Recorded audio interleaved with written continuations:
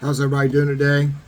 Hey, the other day I posted, I think it was over the weekend, I posted a little impromptu, informal little survey about the new buyer representation agreement that all real estate agents have to have signed prior to showing any house.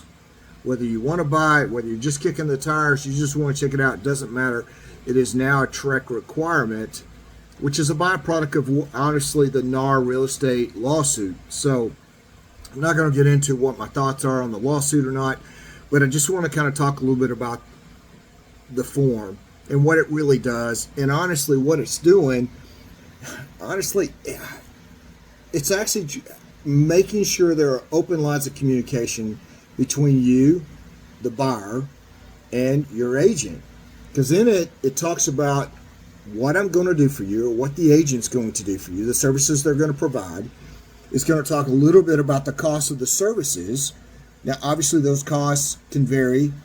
You and your agent get to discuss and decide what that number is. If it's a percentage, if it's a flat fee, it doesn't matter. You two decide. It's always been a negotiated point. So it also is going to explain how they're going to get paid.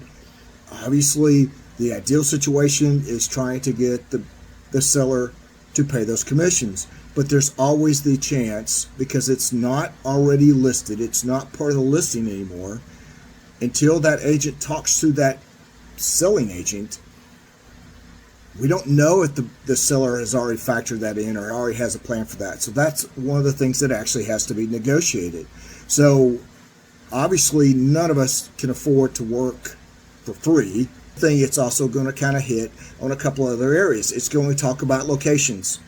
Now, it can be specifically a location of that particular address and only that address, or it could be like I wrote one this morning that was specifically for Tarrant County. Depends on the discussion that you have with your agent. Could be multiple counties, or it could be cities, or it could be a zip code.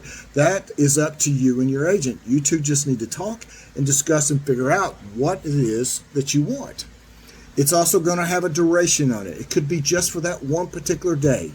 It could be for the next 6 months. It could be for the next 6 days. That's a negotiated point.